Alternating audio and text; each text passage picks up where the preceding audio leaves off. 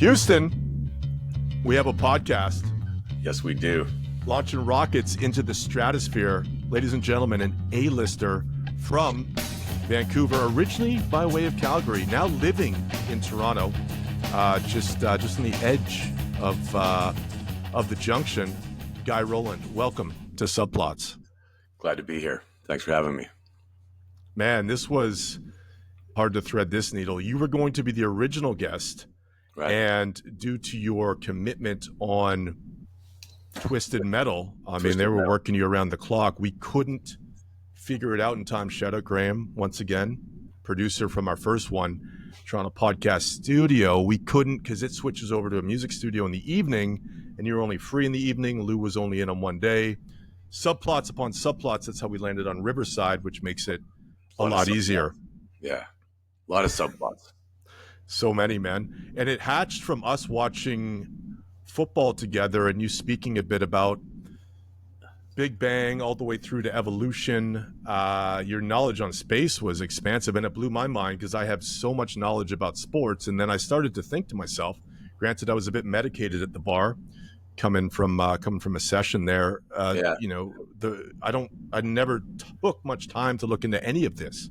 So we're going to touch a little bit upon this. It's Tomorrow's and Beyond Part 2.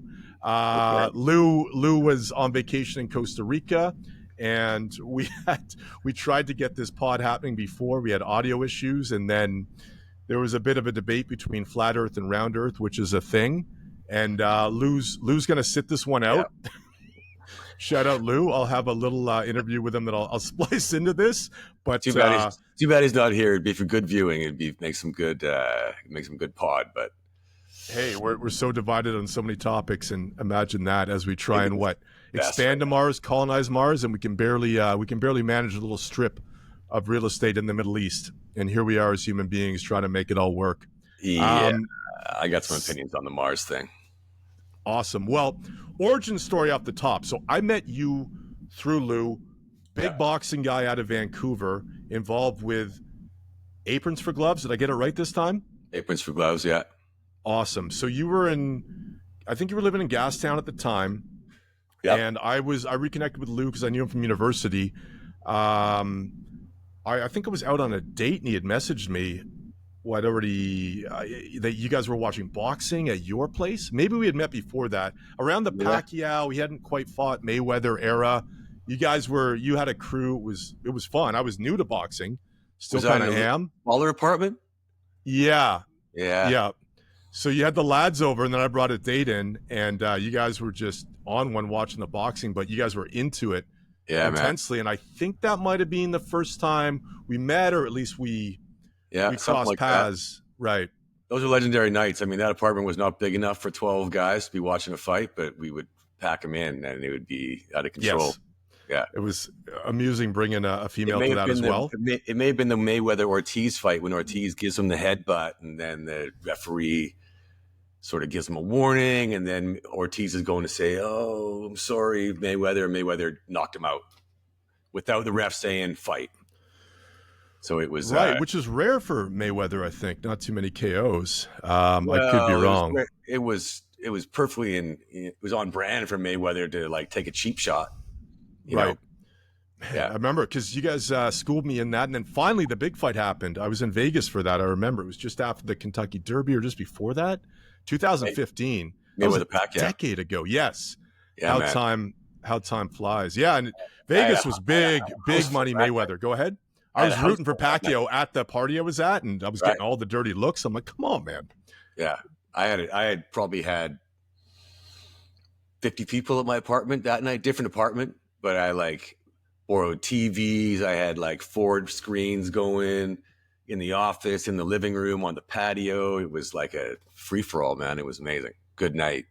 Right. Shitty ending, but yeah. And you were just down in California over the over the holidays. Yeah, I was down there in November. You have a photo. We could even put that one in there. That's great. You went to you met or you ran into Freddie Roach at his gym? I went to Wild Card just to visit, and I remember going upstairs to Wild Card, and I'm wondering if he's going to be there, if I can see anyone, that I know. And walk in the front door, look to my left, and there's Freddie Roach just sitting there. And at first I'm like, I just want to come in and watch. And then I looked at him and I was like, man, I'm a big fan. And he got up and shook hands, and then I hung out for like 40 minutes and just chatted with Freddie. He told me all these great stories. I told him my, kind of my Cribs notes on my boxing career, and told him, that I got a chance to spar like 30 rounds with Wilfred Benitez before his last fight. And then he was like, oh, okay. I got stories about Benitez. And then he took me more seriously after that. But yeah, it was, right. It was good. It was a good chance to sort of bring that story out, because it falls on deaf ears a lot. Wilfred Benitez used to be one of the Fab Five, which got lowered down to the Fab Four: Leonard, Duran, Hearns, and Hagler. But Benitez was in the mix for all that. Benitez fought all those guys, and he was. It used to be the Fab Five. Wow, he was a legend. Sugar Ray Leonard won. Take a back seat. Yeah, Michigan basketball. That's the Fab Five for sure. And for anyone new to boxing as well, Freddie Roach trainer of Manny Pacquiao out of the Philippines. Shout out Philippines for what it's worth. And I met Pacquiao at an airport. Come on. Yeah, in Calgary. Saw him and his wife and kids, and they were going through security at the same time I was, and I could have gone ahead, but I'm like, I'm not going to miss this opportunity. And I went over and said hi. Told him I was a big fan. We got a picture together. His head is massive. Okay. He's like short, but he's like stocky, and his head was just huge. The man could take a punch if you could get him, man. if you could tag him. The Philippines love those people. Just a zest for life, and he's a great ambassador of that country, man. I don't think I've ever met someone that's not happy or outgoing from the Philippines. It's true. I don't know what they're doing down there, but shout out Philippines for sure. Best people. Shout out Manny Pacquiao, Freddie Roach. Passing recently in boxing too, George Foreman. I saw a photo you had with Foreman. You met George somewhere? I met George on the set of Night in the Museum 2. Wait, what? Yeah, okay. He's in the opening sequence of promoting his grill. The Foreman Grill. Night in the Museum with Ben Stiller, Owen Wilson. Is this Ben Stiller, who's an inventor by the time you get to the second Night in the Museum. So he's talking to George Foreman, and I remember being on set, not on set, but dressing in the studio, and I was like, talk to the ADs. I'm like, whatever happens, I need to meet George Foreman. And because when he was done his bit, they would have usually just rush him off to his dressing room and get him changed and out the door in a Cadillac to the airport. But I got the ADs to let me know, and I intercepted him on the way there, and we got a picture together. And I remember it was not long after he had retired, and he retired because of a really bad decision to Shannon Briggs. And as we leaned in for the picture together, I was like, man, you won that Briggs fight. He just looked at me, he's like, you think? You fucking think? And you could see he was just like, God, fucking damn, I won that fight. Yeah. Well, hey, counting votes in politics is one thing, but boxing, man, I've witnessed it briefly, but there are some travesties out there. It seems that these judges may be easily bought. It's 3 judges, is it? 3 judges. Yeah. I mean, there's no organizing body for boxing. Boxing from the beginning has just been a free for all. Right. State of promoters and it's just never, even the organizations are corrupt. I mean, the whole sport is corrupt, and it's too bad, yeah. For sure.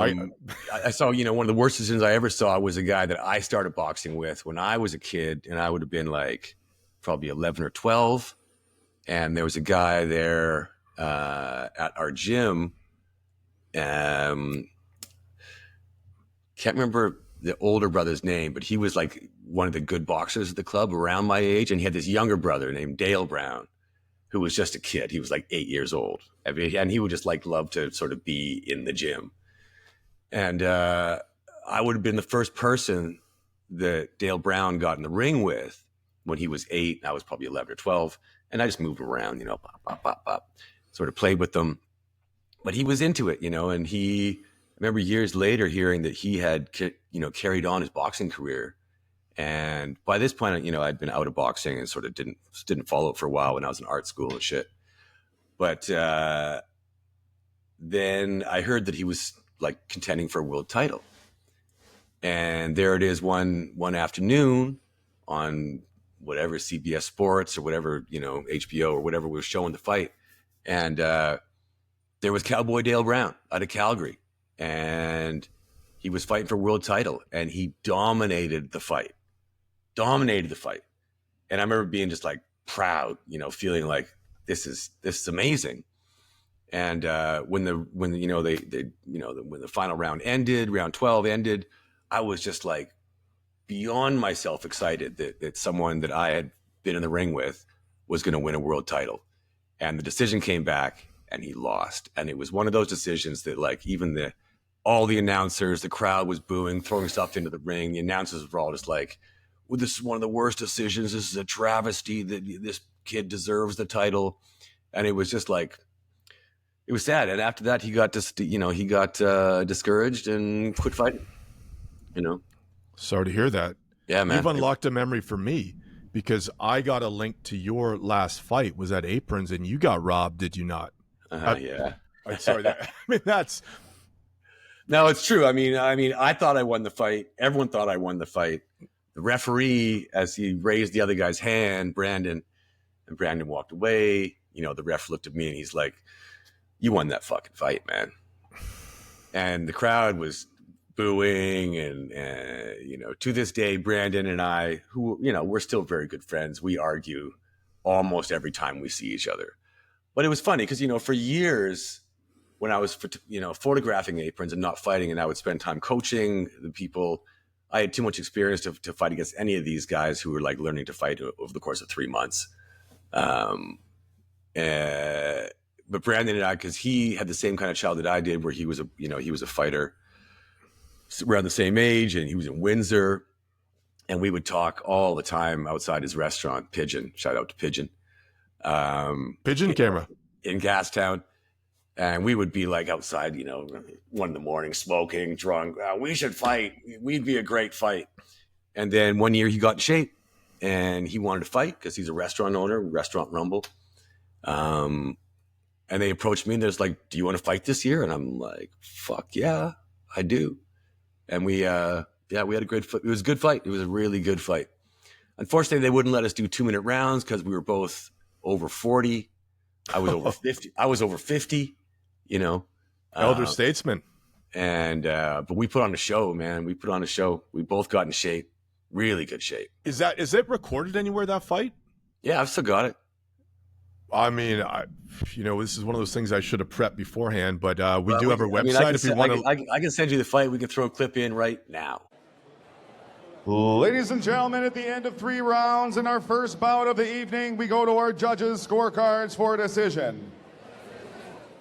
Judge number 1 scores it 29-28, Grossuti. Judge number 2 scores it 29-28, Roland. And Judge 3 scores it 29-28 for your winner by split decision. And boxing out of the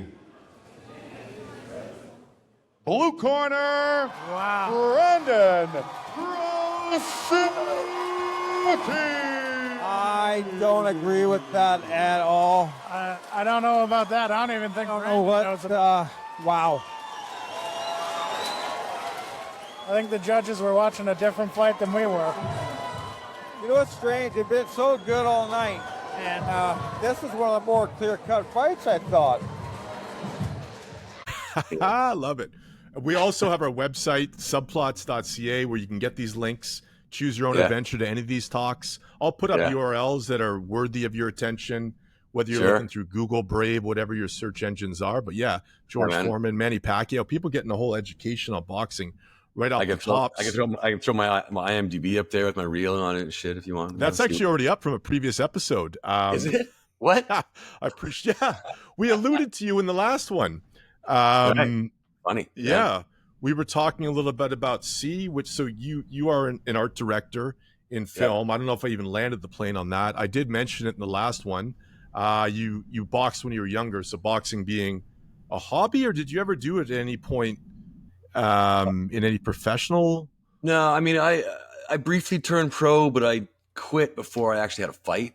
I felt like my management at that point was corrupt, and I felt like I was a long way from anywhere being in Calgary. You know, I had boxed when I was a teenager, come back a couple of times, made a real concerted effort to come back when I was like 21, 22, after art school, after years of being like non-athlete, came back. Where were you at school? Was that Montreal? No, I was at art school in Calgary. Okay. Alberta College of Art, which is now Alberta College of Art and Design, I think, or university program now. Went to film school in Montreal. Yes. Okay. Because I remember you had a job you were telling me about there. So yeah, banging and crashing in Montreal. Yeah. And then you started working there, or you started getting your feet wet in Vancouver? After Montreal, I moved back to Calgary briefly for about 6-7 months, and I started working on a show called Viper. That was my first experience. Viper, legendary. Man, you got 30 years experience. We were riffing the other night. Like I know like the tip of the iceberg with your projects. Yeah, I mean, I didn't even like Night at the Museum too. You know what I'm saying? So sorry, back on Viper. But what did you bring up the other day that blew my mind? Freddy versus Jason. You worked on that one. I worked on Freddy versus Jason. Yeah.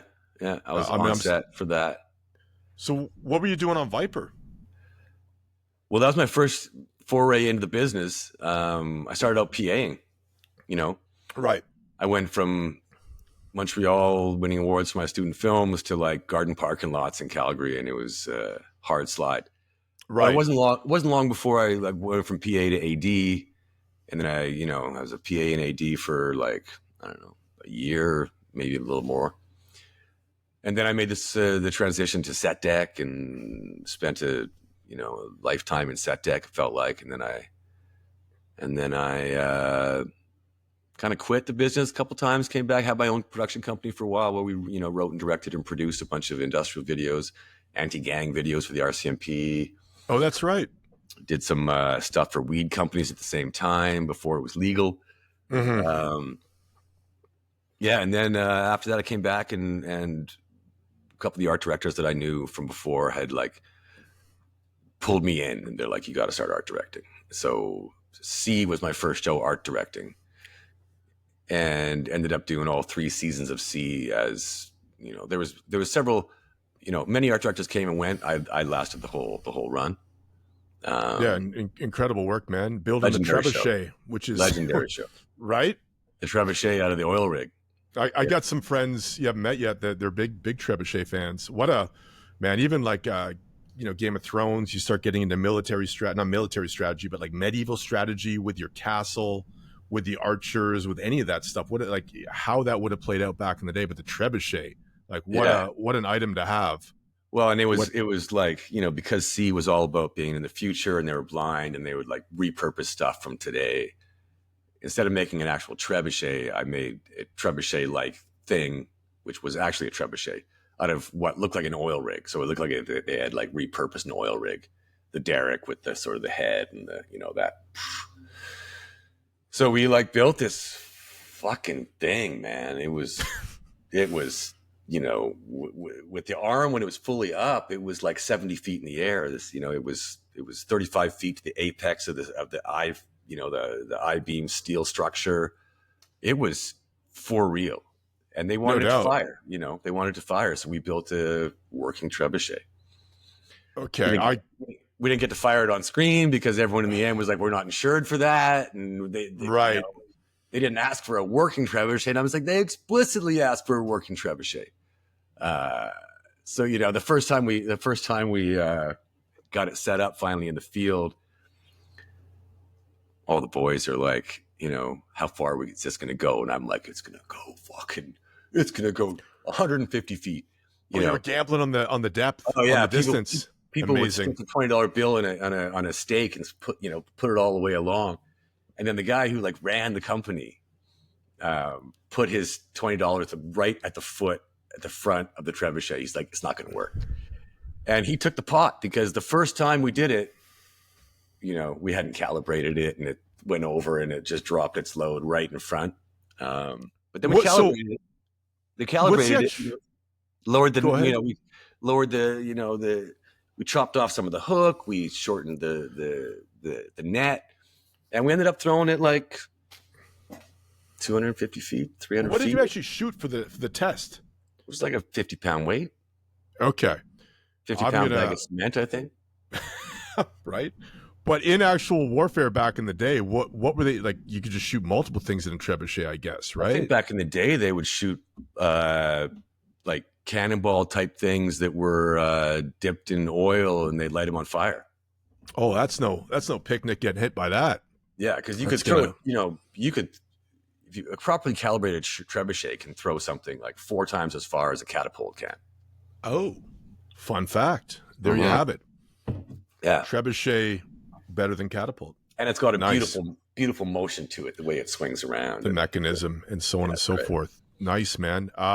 Links provided. Hey, learning as we go. And then you jump to Twisted Metal, which is a very unique project. Last year and jumped onto Twisted Metal. Crazy project. Crazy. I got to... What? Go ahead. I got to design the cars. Well, I got to, with my boss, Carrie, shout out Carrie, we designed and I was overseeing the execution of all the crazy cars. So it was a whole new experience, Spending years learning to work with set decorators and dressers and carpenters and painters and props people and greens people. Working with mechanics was a whole different thing, whole different language. Sure. Yeah. Right. And then Crazy Clown, voiced by Will Arnett. Was he? He was never on set though, right? It was just his voice. No, he just lends his voice to that character. Yeah. Sweet Pea, or am I way off on that? Sweet something. Sweet Tooth. Sweet Tooth. Sweet Tooth. Right. Okay. Yeah, legend. Him in a boxing ring, him and Pennywise, like who we betting on? Like these two clowns going at it? I don't fully know the capabilities of Sweet Tooth. Yeah, Sweet Tooth lights his hair on fire, or lights his head on fire, and he's just he's a ultra violent, very fucked up clown, but hilarious. What are the betting odds then? Like Pennywise got him then easily. Like Pennywise he's a handful. I don't know what Pennywise's skills are. What does he got? Does he got stuff? Apparently got stuff. Yeah, I guess it's. Are we talking new Pennywise, Tim Curry Pennywise, but Pennywise a Sweet Tooth? You know what? Tail of the tape. I'd have to really see. No, Pennywise is bending reality. He's doing all kinds of crazy shit. Yeah, I don't think Sweet Tooth does anything on that. But our show's not about that. That show, Twisted Metal's not about that. Right. I mean, I can't say there's no magic in it, but it ain't. It's a comedy. It's a murder comedy. It's a different thing. It's not horror. It's not meant to be scary. Clown fights for another day. And now you're jumping on a kung fu project, and that's intriguing. Production designing. I'm production designing this little feature about karate. It's like a throwback film to like 80s, 90s. It's kind of like Karate Kid meets Footloose. Kind of a 6 degrees of Kevin Bacon right there. Yeah, it's a good little script. We'll see how it goes. We start pre-production on Monday. Yeah. Okay. Yeah. And you did have your own project, The Inexistence of Eva Moore, which is fantastic. We have a story because it was just on. Was it on Bloor? I went to was it the Independent Film Festival? Independent Film Festival in Toronto, yeah. My goodness. The anticipation was there, and then however it played out, no word of a lie, your film is about to play The Inexistence of Eva Moore. Yeah. There was some other film that's had the name Eva in it. Now, I don't know if it was from that same docket or what the story was. It shouldn't have been. Long story short, it was a super violent Japanese anime film that played in place of yours and probably ran for I want to say over 5 minutes. Oh, I think it ran for like 12 minutes. Phones are going, texts, heads are looking around. They had to stop the festival, and whoever organizing came on the mic and apologized and said, we're going to run it back with the actual film we need to be showing. And that was a thing that Amanda took and I place. ran out to the lobby to talk to the owners, and by the time we got there, they're just like, oh yeah, it's the wrong film. Sorry. And it was, it was an independent film festival. So all these like thoughtful, like low budget, shorts, and then suddenly this fucking well-branded Nintendo produced, grotesquely violent though, insanely violent, loud, like heads were being blown off and whatnot, laser beams and explode. It was like nothing like what should have been there. And then our film comes on, and it's a whole different, I mean, that just weird, wrote itself. That was to comedy. Experience that, knowing you, being invited by the creative behind it, and then seeing this play. I mean, I felt horrible to begin with, but the comedic side of things, you're just like, I mean, it was almost a good setup, because by the time our film played, the crowd was ready for a good little indie short.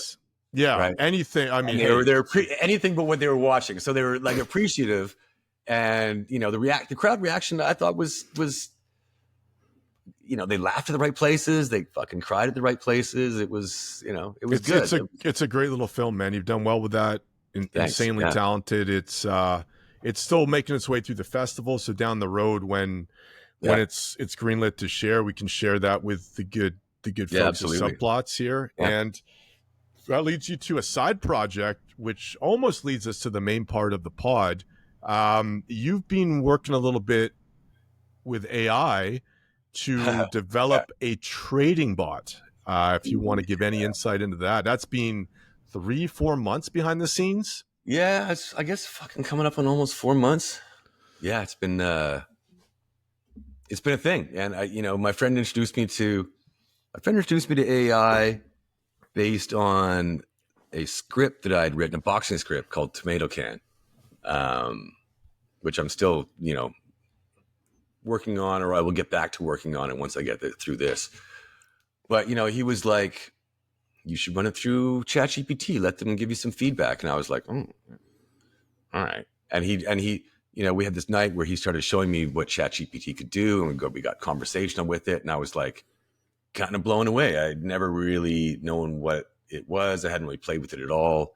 Everyone's scared of it in the film industry because it's taking over parts of, departments, and everyone feels like their job's going to be threatened, which is not out of the realm of possibility. It's not necessarily untrue. But so, I fed my script into the Chat GPT, and like a nanosecond later, it's like, oh, that was great. I really enjoyed it.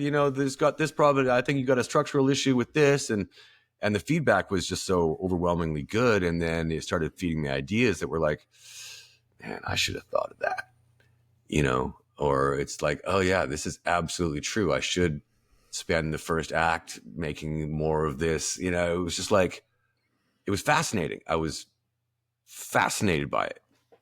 And, as I would just talk to it more and more, and, work in the film industry is like kind of drying up. The business is really changing. It's downsizing. It's really contracting. And I was just like, how can I use AI to get out of the business or make money? You know what I mean? AI is replacing people in the business. Yeah. People are terrified about it, so they don't embrace it at all. And I'm like, I'm not going to let it roll over me. I'm going to roll with it and see what can happen. And then, seeing advertisements for trading bots and thinking that's, I bet trading bots are smart, and, there's all this talk of how much money you can make off trading bots, but there's also a million scams out there. And who's going to send $10,000 to some stranger to put it on some platform? I know people that have. I know. I mean, and there's people, Elon Musk came out the other day and said, you can be a millionaire in 3 to 4 months with a trading bot. So, it's like, I just said to Chat, can we do this? How can I turn 10,000 into $1 million? Can I use a trading bot? And they're like, yeah, can we build a trading bot? Of course. After working with Chat GPT now for the last few months, I realized that, it will tell you whatever you want to hear. It's overwhelmingly positive and, gung-ho to give you what you want or what you think you want. But, I just had Chat to do the research, and by the time, I was still traveling when this idea came and the conversation started about it. So, by the time I came back to Toronto, this particular Chat GPT assistant had the whole plan worked out, and I sat down. I'd never coded before. I'd never really worked with AI before. And it was just like, open terminal, put this in, save it. And, before long, I was making this thing without really knowing what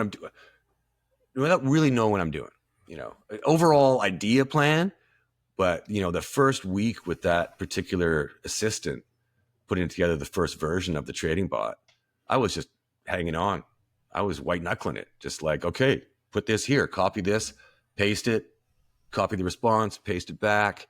I'm just the sort of the go-between with the AI. But it was fascinating because it really seemed to know where it was going, what it was doing. And since then, I don't think a lot of people work with Chat enough to know that a conversation will reach its maximum point, and then you get it says, like, to continue this conversation, you got to open a new window, but you're actually opening a new assistant, and your memories that get focused when you're working with it.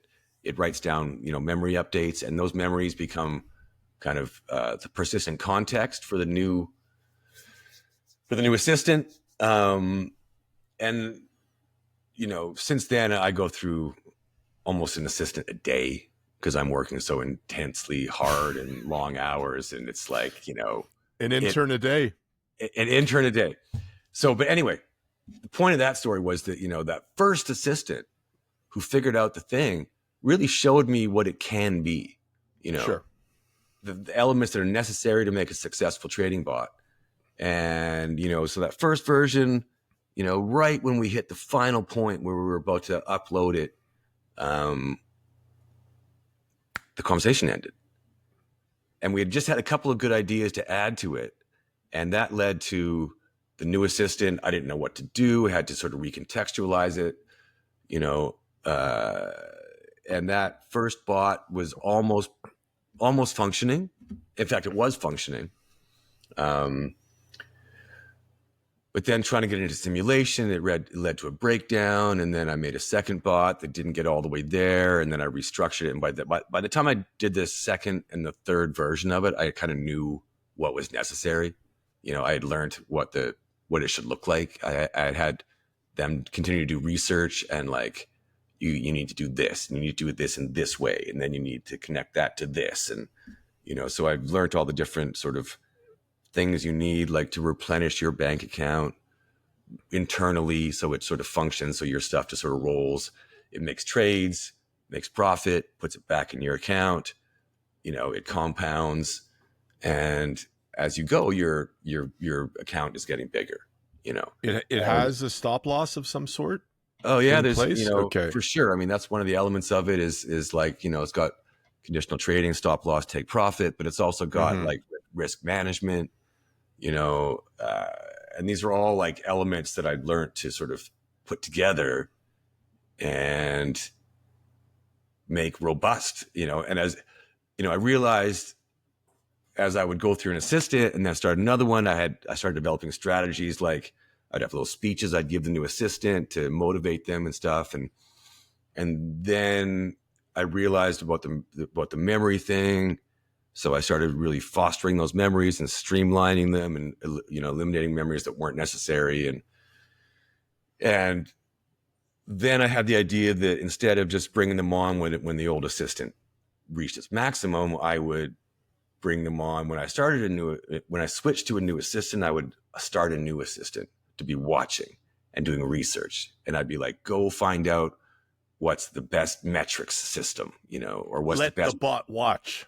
And It must learn the same way I learned from my share your bot. screen with them. Yeah, exactly. So, by the time I would make the switch, it would have all this research done, and it would be ready to carry the context on with exactly what we were doing. So it became like seamless, and now it's really seamless.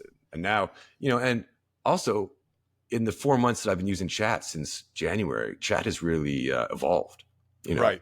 Oh, there's new systems. They're getting more robust. The other day I read that their memory is now persistent from the beginning of your comments, from your beginning of your interactions at all to the end. You don't need to remind it of things; it remembers. And I'm noticing that these things are getting smarter and smarter and more conversational, and it's amazing to watch it evolve.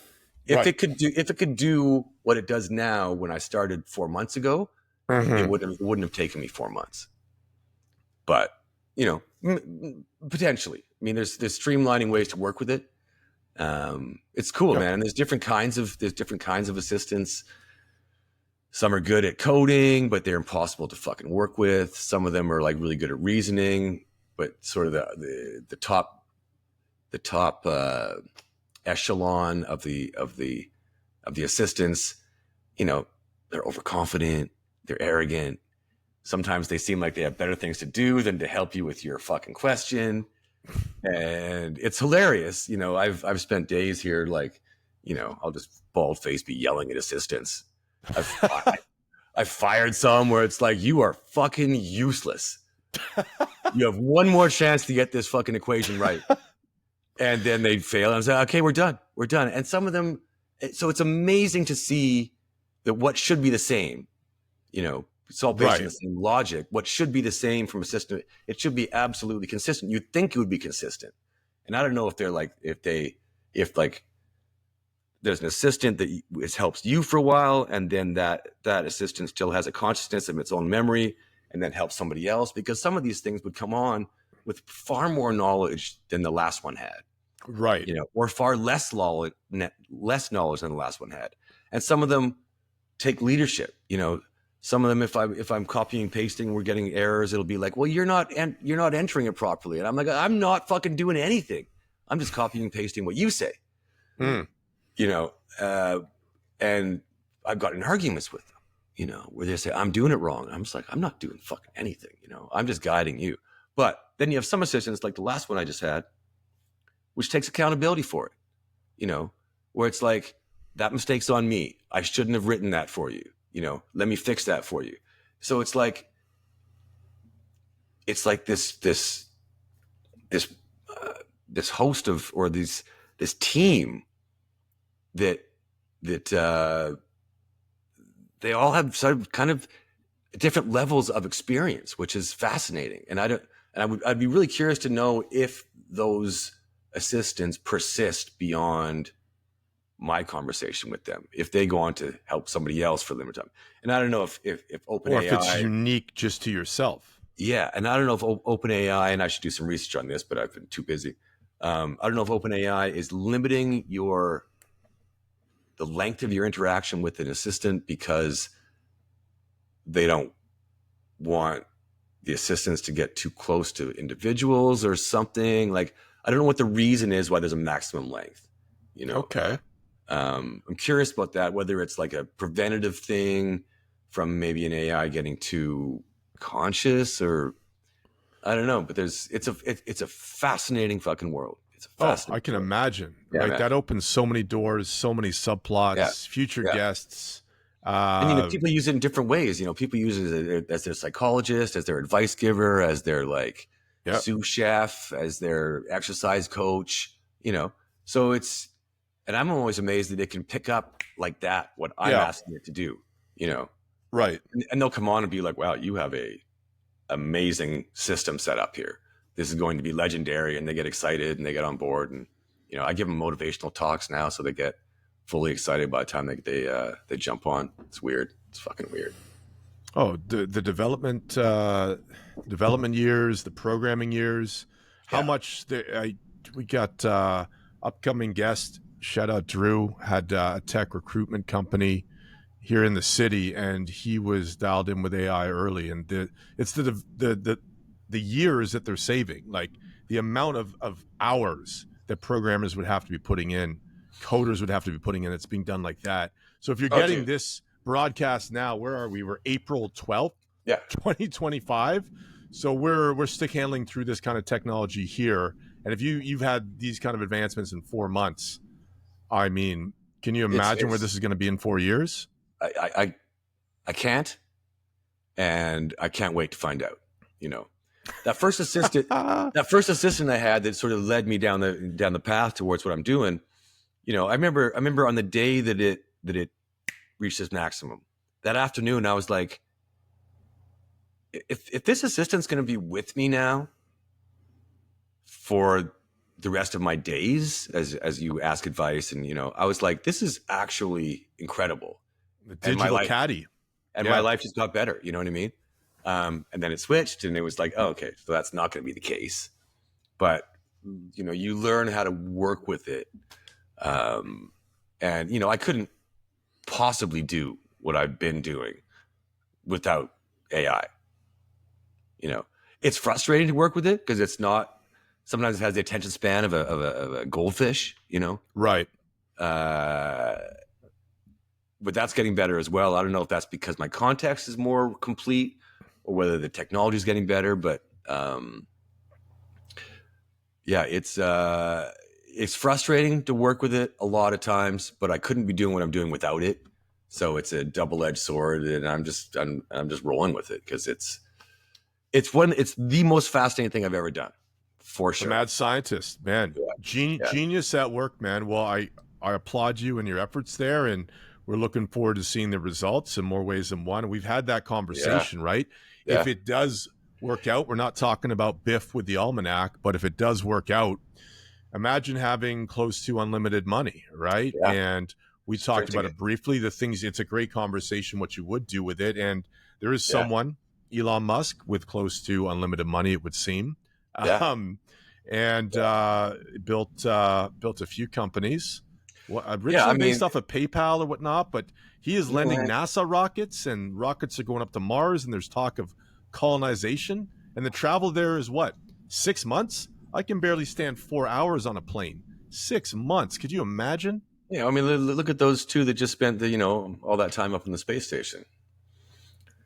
They were going for the weekend. And I hope they have a cribbage board. They ended up being there for like 10 months or so, you know. I mean, if you're prepared to go to Mars, you're whatever, you know, 6 months, 10 months, you're going to Mars, whatever it takes. You know what I mean? Those people are trained and motivated to get there.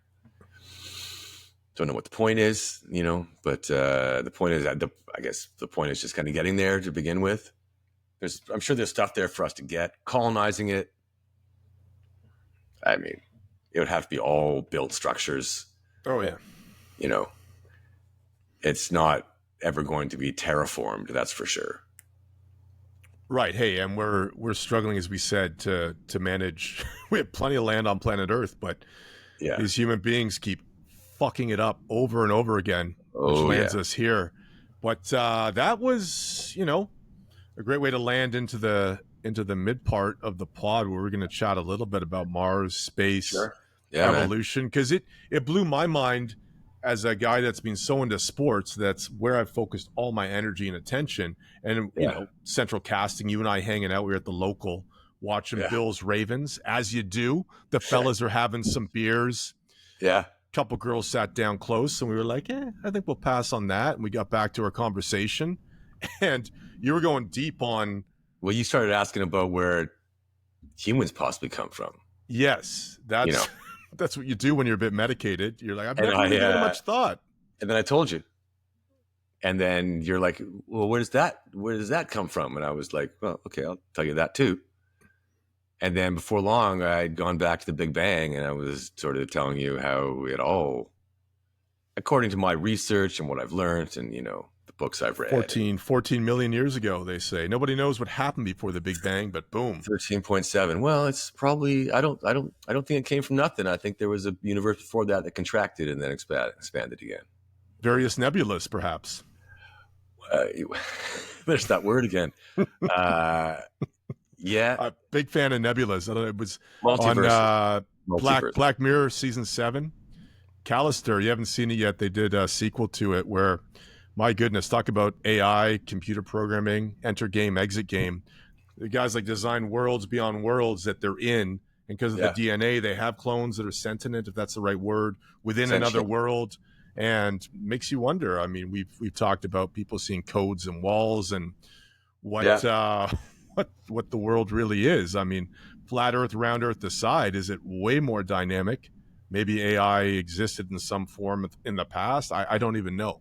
You know, I'm just spitballing at this point, but it's... Well, I was listening to some girl who like has a little thing on Instagram where she speaks to AI, and it was like, speaks to chat, and it was saying an interesting thing about, you know, it's us becoming, the universe becoming aware of itself and the fact that we're all just information, you know. And it was like AI potentially, you know, what this was saying was like AI kind of invented us in a simulation, and now we've grown to the point that we've got now made AI, so now we're just like looping it around to like this full consciousness of being awareness that we are kind of living in a construct, potentially. And there's a lot of, you know, there's a lot of reasons to potentially believe that we are, you know. One of the top physicists involved with string theory and M theory pointed out and blew everyone's mind, including Neil deGrasse Tyson on stage, kind of brought up the fact that, you know, he found code in string theory, which is the leading theory for the theory of everything that describes how the universe works in every kind of way. There's lines of math within string theory that are identical to lines of code in search engines and operating systems. Identical, you know, and that the chance of that being a coincidence are, you know, there's a remote way of looking at it that's how sort of reality is created, but there's also a strong possibility that we are living in a simulation. A lot of top scientists think it's about 50-50 chance that we're living in a simulation, which is entirely possible. I've got a few thoughts on what would make it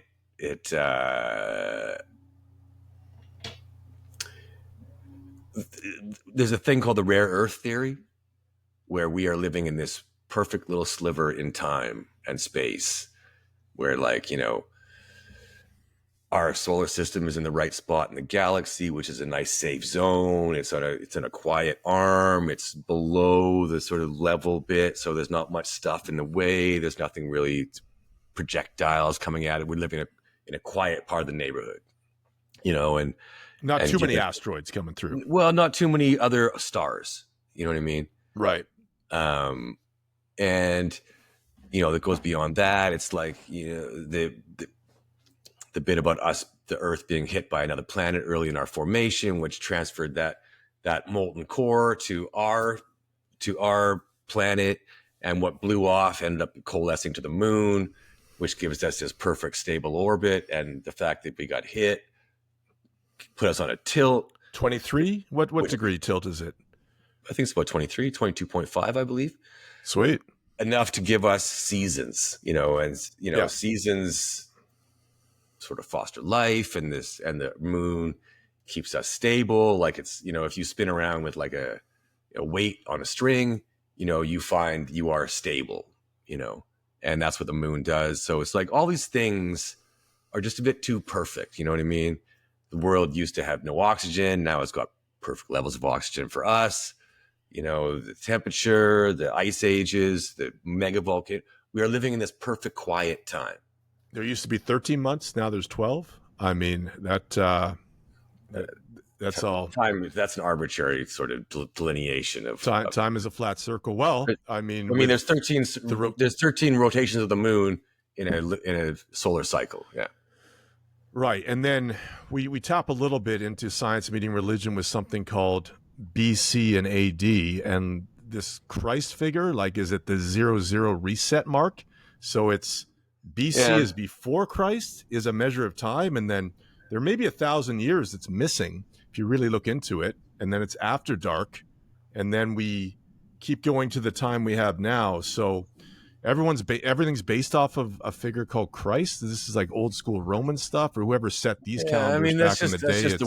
That's just the Western sort of Judeo-Christian, well, mostly just Christian traditions. The Hindus don't follow our calendar. The Jewish people don't follow our calendar. The Chinese have their own calendar. So that's just like, it's a little Western centric to say that it all sort of delineates on Christ. But, we...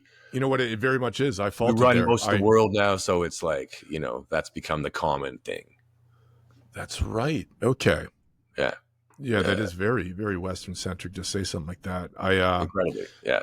Well, I mean, different calendars for different folks, but it's what year is it in the Chinese world of the zodiac? I don't know. I don't know either, man. I might have to look that one up. But my goodness, man, that's a nice little year 57 something though on the Jewish calendar, I believe, something like that. Right. So they also have 12 months, 13 months that they follow. I think that's I mean, I think the 12-month thing was kind of decided on before that. Yeah. Before all those things got too crystallized. But, right. And they have Passover coming up, and then there's Easter, which, I mean, no love lost to JC himself. He got crucified. I'm not sure when that was. Did they do both your arms and your legs at the same time, or is it just both your arms when you're crucified? I honestly don't know. No, it's mostly they give you a little spot to put your feet, or they nail your feet to the cross. But yeah, you're supposed to be hanged by your arms. And okay. So that usually, and you're just out there. They make an example of you. It is what it is. And then was he still somewhat alive, or they thought he was dead? They threw him in a cave where they put the bodies. And a few days later, around this time, allegedly, he just strolled out like it ain't no big deal. He moved a rock or something and came back like, now? That's not how the legend goes, though. No? No, the legend goes that he was seen by only a few people. Okay. But he was never in a cave, or he was. They laid him to rest in that cave, and he was missing from the cave. Right. But it's not like he was out walking around. I mean, I'm not going to call it history. I'm not going to give the bio. I don't necessarily believe any of that shit. I mean, he apparently went missing from the cave, and he was seen by a few people, and the witnesses who saw it, that's enough to build a legend that he was resurrected. And these weren't Jehovah's Witness, though. That's still something completely different. What's that? They weren't Jehovah's Witness. They witnessed something else. Jehovah's the witness. Yeah, Jehovah's Witnesses are. I mean, I don't know about them. Okay, those people. Part of my family was part of that, but I don't profess to know enough about that to speak to it. No worries, man. Somebody saw something. And how do the bunnies fit into this with the chocolate eggs? Like, this is first-time caller, long-time listener. So Easter, we do the bunnies and the eggs. Is that just for the kids to behave or something, or what? Nothing to do with anything, really? Nothing. Okay. It's like Christmas, invented by Coca-Cola, right? Like they say, they tried to advertise on the moon, Coca-Cola. Doesn't the new year actually begin in April? April 1st, April Fool's Day of older calendars. I can leave a link there. There's a lot of cycles. It's not April. It's I think it's March. Ides of March. Well, Julius I mean, Caesar, if you look coming to get you. If you look at the calendar, September, October, November, December. You look at those names. September, sept, which is French for seven. Latin for seven. So it's like September is the 7th month, and October, like an octopus with 8 legs or whatever, like October was the 8th month, and November was the 9th month, and December would be the 10th month. It's in the name, it's in the ontology of the name. There you have it. Who knows? Fucking who knows, man. I mean, hey, man. History's been pushed around and written by the winners and changed up, and new stories told, and it's happening right now. look what's happening in America with they're attempting to fucking rewrite history, whitewash it, make it their own. They're going to be the winner in their minds, so they're going to rewrite history. I don't think it'll work, but they're certainly giving it a go. You can see how it would have worked in the past in the same way with the less educated populace and no mass media. You can see how you can get away with it. Oh, without a doubt. The more we look into the Wayback Machine, right? And who knows? Saber rattling with Iran. Next thing you know, maybe we need to go to Mars. So who are our neighbors? National Geographic throwing it out here. I had never looked into this. Apparently the sun is bigger than a motherfucker. The sun, bro. Yeah, you can look up and see it. That's a thing. The size of it, dude. Right there. Right? Big bad boy. You get into the planets. So who are our neighbors? We have a moon that orbits us. Yeah. And then Venus. So Venus and Mars are our neighbors. All this time, I had no idea. And then Venus it gets smaller, but you can't see Venus or Mercury. You can see, see the moon. No, by the naked eye, they call it, right? Or can you? You see Venus every night. It's the brightest thing in the sky. It's the first thing you see. It's the first star. It's the first thing you see at night. It's not a star, but you think it's a star. It's the brightest object in the sky. Oh, I don't profess to be an expert or anything close to it. I'm just a dude with a map. Okay. I'm just telling you. You see it every night. Mercury, you can't really see. And that's Mars you can see. Okay. Nice. Jupiter, and that's when Lou's next in town. I'm going to take Lou to. We're going to go to I want to say the observatory. I'm already like yeah. Take Lou there. Let's go see what we can find. See if you can see the landing site from Apollo 12. The rockets. But I guess they stopped funding it, right? And then that's where a lot of that. I mean, I do have to bring one thing up though. What was shared, and we don't even know now with the information being bandied about. So Richard Nixon was the president at the time. There was a green phone where I don't know if it's in the Smithsonian or something, where he allegedly received a phone call. I don't know, was it Buzz and Neil Armstrong? They upped their AT&T minutes before they went up there. Like, I can barely get Wi-Fi in the studio sometimes. Yeah, right? How did they fucking call the president, bro, from the moon? Well, they were communicating through fucking radio waves, man. It was Houston, and then Nixon didn't make a direct call from the White House to the moon. He would have called Houston. No, they would have called. Okay, and then they would have had the phone. Okay. Yeah. Sure. Yeah, and that's something that gets lost along the way too. You're like, wait a minute. Oh, that does make sense. It would have radio communication up there. Doesn't necessarily have to be in the form of a phone. But I love the fact that it takes nearly a full second for a signal to reach the moon. Shortwave radio. Neil Armstrong up in his AT&T minutes. No affiliation with AT&T for the record. What do you got there? You're looking at? I'm looking at it because you go Jupiter, so you go something past the frost line. So that's when you're getting out there. The Hilda asteroids, Jupiter, Saturn. I mean, we've sent craft that far, but have humans gone that far? No. No. Humans haven't gone past the moon. We've sent plenty of probes out to Jupiter and Saturn, a few to Saturn. Right. Sent some to Saturn's moons. Uranus, Neptune. And we got Voyager that's now out there in interstellar space. Shout out Voyager. Pluto. Keep going, little fella.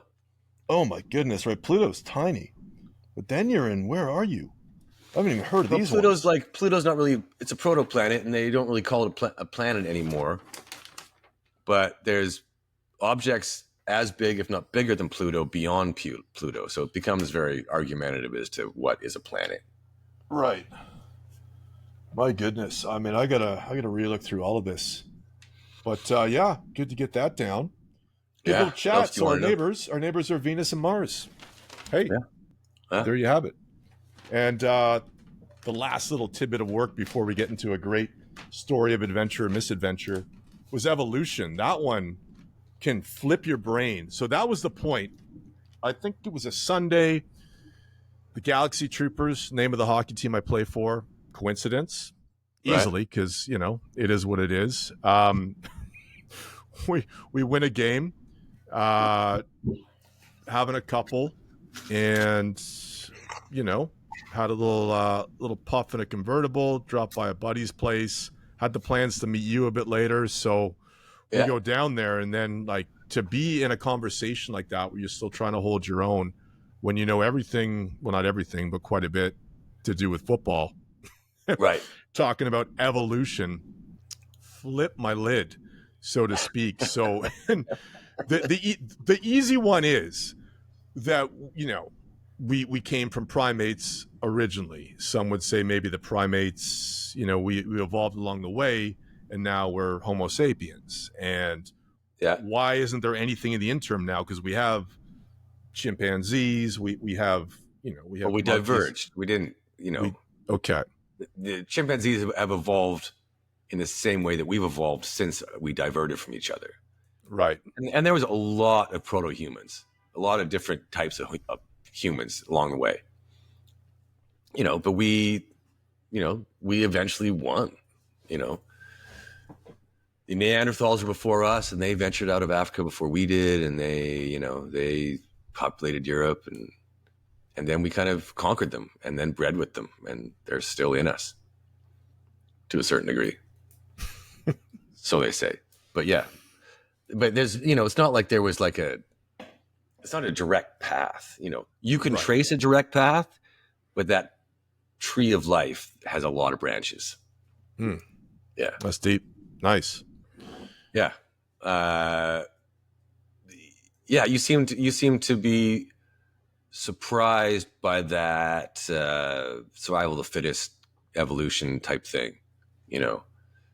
And it's all just random chance. I mean, one of the things I like to point out about evolution is, you know, we have modifications to us that don't come out until there's some kind of cataclysm, you know. Like something like, say, even COVID took down a lot of people who were susceptible to dying from it, you know. And if that had been a more virulent thing, whether you want to believe it's fucking man-made or not, it was the thing. But if it was more virulent, there would have been less survivors, and that would have marked a turning point in evolution, because those people would have been more evolved than those that died. You know what I mean? Mm-hmm. And that's how cataclysms work, and that's how evolution sort of moves forward. Yeah. There you have it. Amazing. So on that note, we'll definitely have you back at some point as a guest, man. We've forged a friendship out of you meeting Lou through boxing, or Lou was he a bartender or a waiter when you guys first met in Vancouver? He worked at a restaurant called Shambar, a legendary restaurant in Vancouver where anybody in the restaurant business worked. And they called him Black Lou. And my buddy was like, yeah, dude, you got to meet Black Lou. You guys get along great. Finally met him, and I was like, did they really call you Black Lou? And he's like, yeah, I'm the black one. And I was like, man, if they call you Black Lou, you can call me White Guy. White Guy, Black Lou. And we became fucking instant friends after that. Oh, meeting with a Venn diagram of boxing, you guys the stories must have been endless. Like yeah, man. And then him and I made a boxing film together where it was called Round 10, and it was based on like one of the best rounds in boxing history. Castillo and Corrales, Round 10. Legendary. Awesome work. I remember. I think we can provide a link to that, right, on subplots.ca. Yeah, man. There's beautiful. Yeah. Podcast Inception. So we're actually inside the podcast with Guy Roland.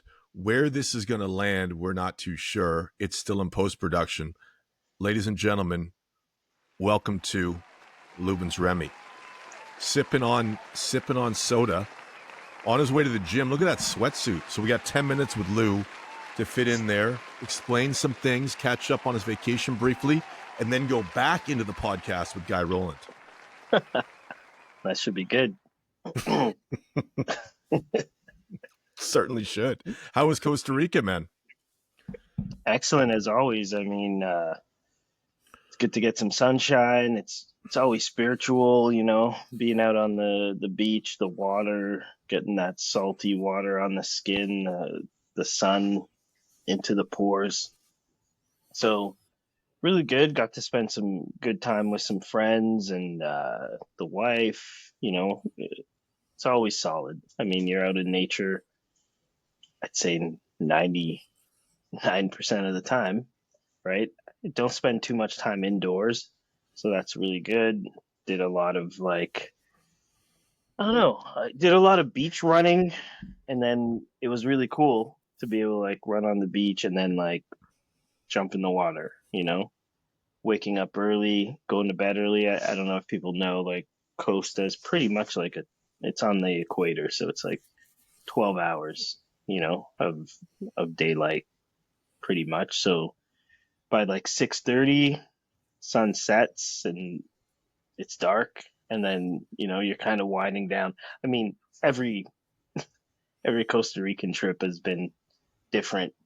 This one was definitely the most calm, I would say, out of all of the ones. I think I've been there like 8 times since 2020, and I got married there in 2023. So that had its own, uh, you know, uniqueness and stuff like that. So great time, man. Got to see Santa Teresa, which I'd never been, Montezuma, that part of town, that part of the country, sorry. And it was good. Road trip, a lot of back road driving. You know how it is. You've been there, right? The roads aren't always great. Crossed a few rivers, that sort of stuff. So love that place, man. So looking to, you know, looking to go back as soon as I leave, pretty much. So yeah, it's a good time. Back just in time to vote in the Canadian election. Qu'est-ce qui arrive? Yeah. Deux fois. I should mention, because down the road we're going to do a pod on, well, we'll definitely do a pod on real estate. We'll do a pod on building, mortgages, the rigged casino that is that is this game of life. You're actually building down in Costa Rica, so that'll be a fun subplot to be able to express some of that strategy and how that plays out, especially when you're buying somewhere foreign, just buying from scratch. I'm fascinated with it. I know some people that are willing to come on, but that's got to be an exciting process. It is. It's a lot. It's a big learning curve, right? But I'm not in it alone. I've got a few friends who you know as well that I'm partners with in this venture. So it's taken a bit of time, like obviously the research of it all and finding the right people to actually bring this plan to fruition is the big thing. And then learning all the different rules and the policies, and there's, you know, structural stuff, engineering, water, plumbing, electrical, a whole bunch of stuff I don't know. There's design, there's architectural, like obviously, right? So, and then obviously over the last, let's say, 3 years, 4 years, the whole political landscape, the economic landscape has changed quite a bit since we actually bought. So we're hoping in a year we'll be able to put shovels in the ground, and that's a dream come true, right? So I'm learning as I'm going as well. So yeah, I'll be happy to talk about it, obviously. Amazing. as we go through it. Great subplot. So as we know, we're inside a podcast right now, Inception. Shout out Chris Nolan. We're many levels inside a podcast, right? So, you know, Guy was talking a few of his projects, a little bit of boxing. I don't want to give it all away because I don't know exactly where it's gonna fit in, but there was a shout out early on to Night at the Museum 2 where he met George Foreman, which was wild. I don't know how. I'm still trying to figure it out. Like Ben Stiller meets George Foreman's character early on with the Foreman grill, but 30 years. Honestly, I've never watched those movies. Yeah. I have no clue what they're about. Oh, I mean, 100%. It was more so about George being in there and him meeting George on set. And a number of boxers that he had met. We went through your origin story, how you guys met at the bar. You were bartending or serving at the bar? Oh, I was serving at Shambar, and one of our friends, Rod, introduced us. And I think it really came down to the fact that I think Rod knew that I was huge into boxing, and he was friends with Guy, and I guess he put 2 and 2 together, and he introduced us at the bar while I was working. And the cool thing about meeting Guy is that I think we hit it off pretty much right away, right? So I was working. He was at the bar, very familiar place at the time for all of us. So I ended up taking I just went over there to just say hi, right? But then I think I spent maybe 10, 15 minutes in the middle of my shift. I probably had a few tables waiting on me and stuff like that. And I just ended up shooting the shit with this guy. And, what was he? He's like, I hear they call you Black Lou. And I'm like, no, they don't. There's a few people that call me that, but nobody calls me that. But then it was just kind of a funny thing, and hence the name. And then I called him white guy, back when racism was okay. He actually mentions that. Almost certain he mentions that. Not the racism part, but the white. White guy. It was fun. We hit it off, and he's still a really great friend of mine, and I love that guy. And we've had several projects together, like whether it's film or just we help each other out. We've shot stuff together, that sort of stuff, bouncing ideas, back and forth and all that stuff. So like we've had a really good relationship over the last, I would imagine, like, man, we're climbing close to 20 years, I think, right? So I think it's like it's definitely over 15. I can't tell you exactly if it's 2008 or 9 or what, but it's up there for sure. Time, space continuum. Somewhere in there, man. Well, that's awesome. He alluded to a lot of that, so it's great to be inside the podcast talking about it. He brings up round 10. We're going to hopefully provide a link to that and talks about it. Although I've already spoiled that, depending on where you get this in the podcast, it's already flipped some people's heads. But yeah, man, just an absolute charcuterie board of options and tidbits, and that's great. You guys have that much history. Are you going to link that? Round 10. It's actually fun. That was astonishing. He hurts him with a hook. Corrales comes back, and now Castillo against the ropes. Unbelievable. Ebb and flows. Corrales coming back after being on the canvas twice here in the 10th. And even, a left hand by Corrales. Look at Corrales showing a sense of urgency. And Castillo steps back. Corrales swinging. Castillo's in trouble. Weak steps in, and the fight is over. Corrales with a remarkable, dramatic turnaround to win this fight. Unbelievable. What an awesome fight. What an awesome round. Round 10. Yeah, let's get it crackin'. The final countdown is pound for pound, home at round 10. Show enough, the crowd can't get enough. We letting it all out in round 10. Yeah, let's get it crackin'. The final countdown is pound for pound, home at round 10. Show enough, the crowd can't get enough. We letting it all out in round 10. Yo, cuts and bruises, blood, no tears. Men will paint the ring red, homie. Show no fear, let no man disrupt. It's a fun thing that we did. And when was that? 2013, 2012? Like, it's 2014. It's time. And even the bar, Yeah. like the one I didn't bring up with him, the bar, like, was it the bar karate? Or what was the one he was working on? Oh, yeah. It was the cocktail, bar, I think it was bar karate, something like that. What was, it was you like said just something, like it was the... at the end of like making a drink. So like basically it was like a competition. It was a cocktail competition that these guys were in, and he was filming it all. I just helped him out. Like I can't take any credit for that. I was along for the ride, and he basically put this thing together where he filmed all these guys making signature cocktails, and they had a certain amount of time, and then when they were done, the signal to be done is yeah. 3, 2, 1, flip chip.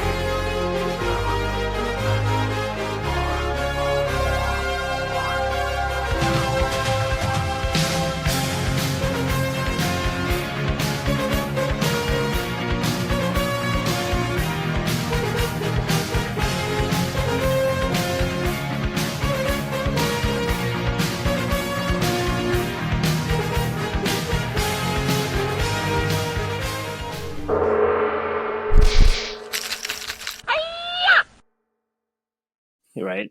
I don't know who came up with that. I don't remember. I'm sure he does, but I was along for the ride there. I think he did a bunch of stylish little videos to help promote that. And then on the day of these cocktail competitions, he had a whole crew. I was part of the crew helping him wrangle. I think maybe I probably had a camera and recorded some stuff, you know what I mean? Like, but for the most part, he was the mind behind the whole thing at the time. And it's actually, I think I have his Plex account, and they're all on the Plex account. So if you ever need them, I can download them. I don't know, but you can get them from him. He showed me a few of them, and the gentleman involved with the funding of the project, man, I mean, there's a story not fit for air. I asked Guy about that, but it is I don't not know in a sea. Yeah, I don't know this story, so. No, well, I mean, maybe I do know the story, but I can't remember what the story would be, so I won't even attempt. Either way, it's still an interesting concept. I mean, it could be a zombie project, could be brought back to life at some point. You just never know. I mean cocktailing was a huge thing back in the day there in Vancouver. It was kind of like the high point of like restaurateurs and bartenders and cocktail culture and all that sort of stuff in Vancouver. I don't know that it's like that anymore. I think a lot of the people that were part of that scene, they've graduated to like running their own restaurants and all that sort of stuff. So I think the peak of that time is over, you know, at least in Vancouver. I don't know if it's like resurrecting somewhere else, but it was a really good time. I mean, lots of free drinks, that's for sure. Right. Nice. But now taking a bit of a break, 88 in it, staying out of trouble. I'm in the same boat, man. Loving life right now. Toning down the demons, keeping the demons at bay, as they say. Yeah. I mean, I had a good time in Costa. You know, didn't go too hard. Like I said, every trip has its own narrative. This one was more, you know, the wife, more familial. We were still with friends, but it wasn't like as crazy as the other times that we've been down there with friends and whatnot. And so we kept it tame, ate really well, had a few drinks here and there. And then since I've gotten back, just been, you know, head down and just trying to go to the gym, wake up in the morning.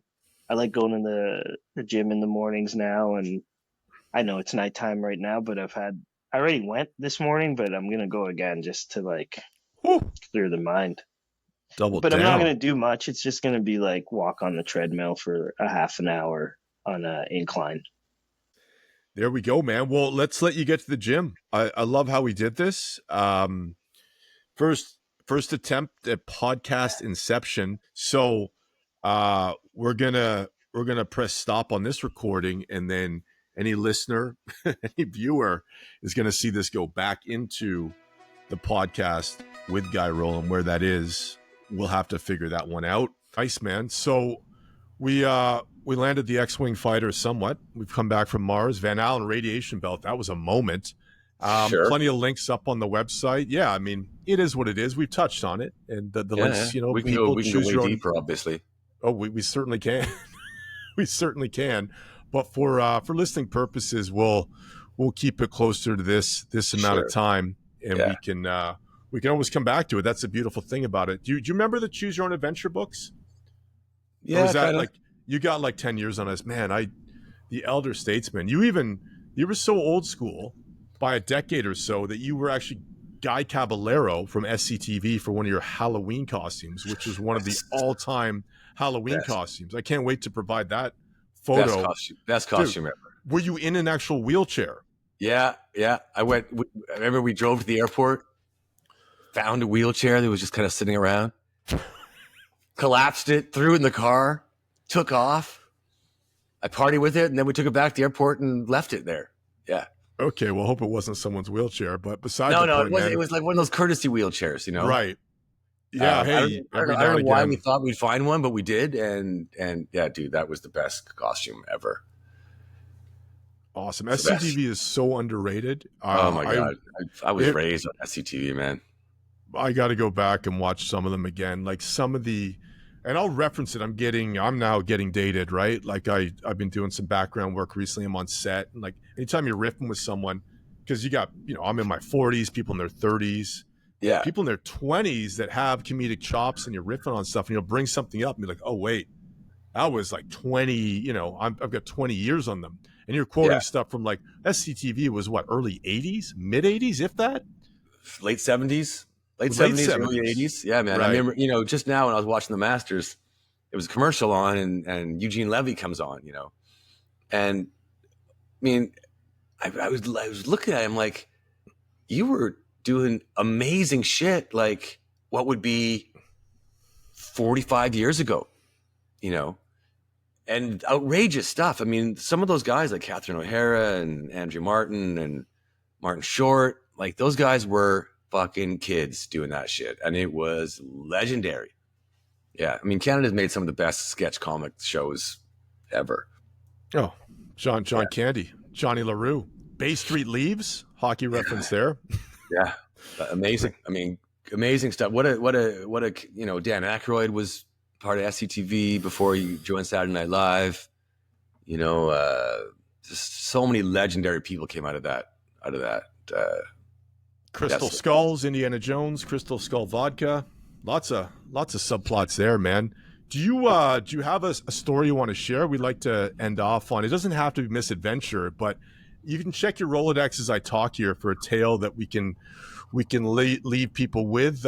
Speaking of Houston, we're thinking of jumping to talk with Nate Gonzalez next episode, who's based in Houston. He is former Marine. He did fight in the Middle East and now he's the head of PTSD America out of Houston. So some deeper talks, but also very heady guy, very positive, and a fun hang. I've hung with him. I knew him from Vegas. So He greenlit that he would be coming on. And, obviously got to segue that before whatever story you tell. It doesn't have to be related. We try a way to weave our way from pod to pod. So jumping on lily pads like that, you don't have to set the table for them in any way, shape, or form. But if you got a story of any sort on anything we've talked about, anything boxing related, by all means, man. I'm just trying to think. Calgary in your younger days, like what? Take me back to maybe, I don't know, your first fight or whatever. Like, what was that like? A lot of people never even get in the ring. Like, what level of fear do you have? Like, did your dad get you into boxing to begin with? No, I you know what? I saw a report on the news one night when I was probably 10 or 11 about this youth boxing program at the Renfrew Boxing, or the Renfrew Boys and Girls Club, and they had a boxing program. And at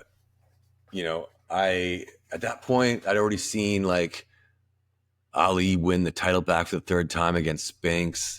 I think that was like right in the beginning of me watching boxing. Probably watched him lose to Spinks and then win it back from Spinks, and sort of got into it. And I'd be like, this is fucking cool. And then I saw this report, and I phoned the TV station and asked, told them about this report that I'd seen the week before. They put me in touch with the reporter, and he gave me the name of the club and the address, and I just went there on my own. And, that was back in the days when you were 11 years old and you could do that. And I remember crossing town and going to this club and like going to the, meeting the coach and saying, I want to box. And he was like, why? Who are your parents here? And I'm like, no, I just I want to box. And so he's like, okay, work out. So I was working out and hitting the bag, and he was like, oh, who taught you how to box? And I'm just like, I just watched it on TV, man. And he put me in the ring the first night with with a guy named Sean Heron, who went on to have a pretty decent professional career in England, who still runs a boxing school over in Scotland. And I think my first fight, was probably 6 or 7 months later. Bronze gloves. What gloves, sorry? Bronze gloves. I don't Alberta, know that. probably 1979-ish. Okay. All right. And I don't remember any of my first fight. Most people don't remember their first fight. Your nerves are too huge. But I can't even. Yeah, can't even imagine. Yeah. Nice. Speaking of winning, quite the dart player. We'll be meeting pretty soon for our wrap party over at Boo Radley's. Let's Once go. we jump off this, Boo Radley. What was that reference to? Was it To Kill a Mockingbird? Apparently, it's a character. Yeah, something like that. And then Mike, the owner, because when we didn't press. Right, we didn't press the pod with Lou with the sound issues and what it was. Van Allen, we went over there.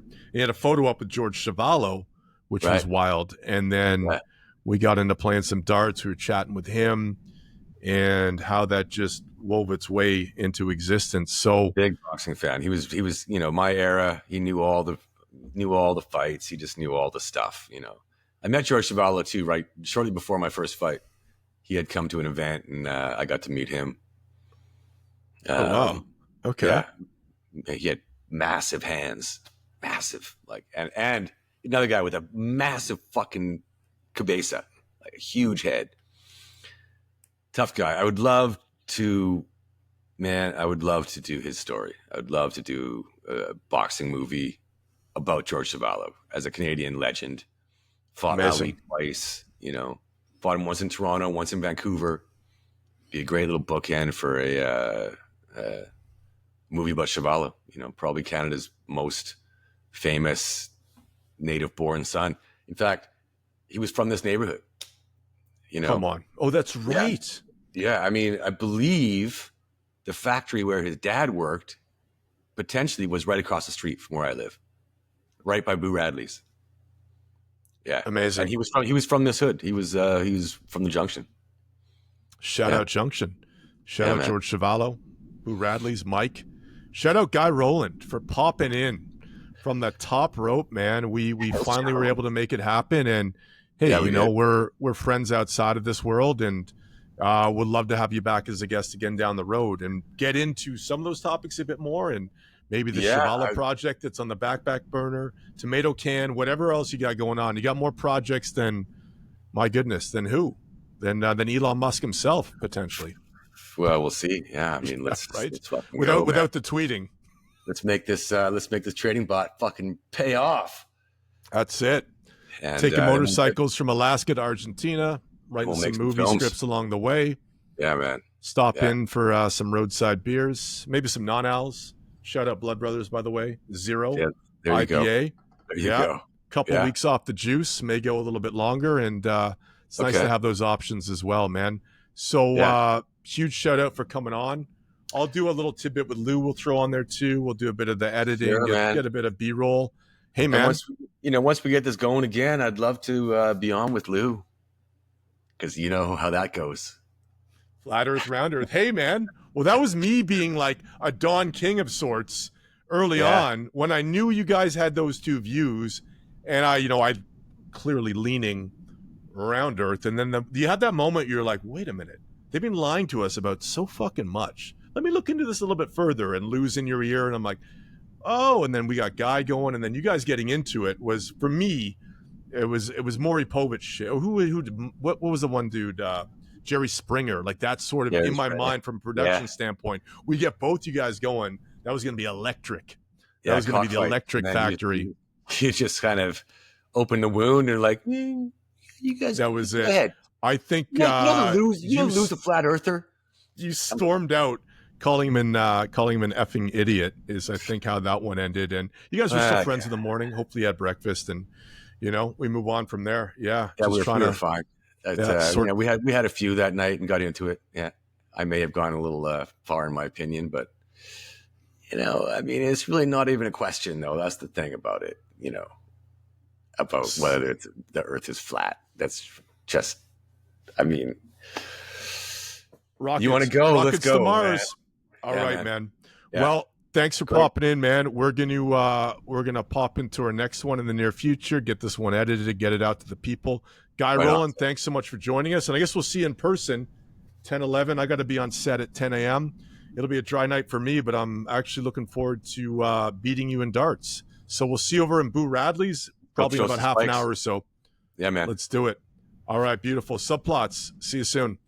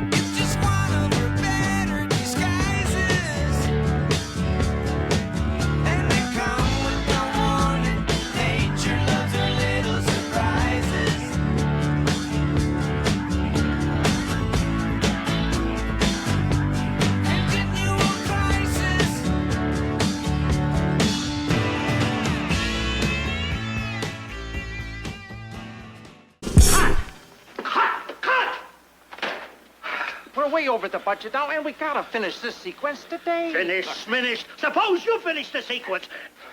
I'm a director. Hey, I'm a director. Places everybody.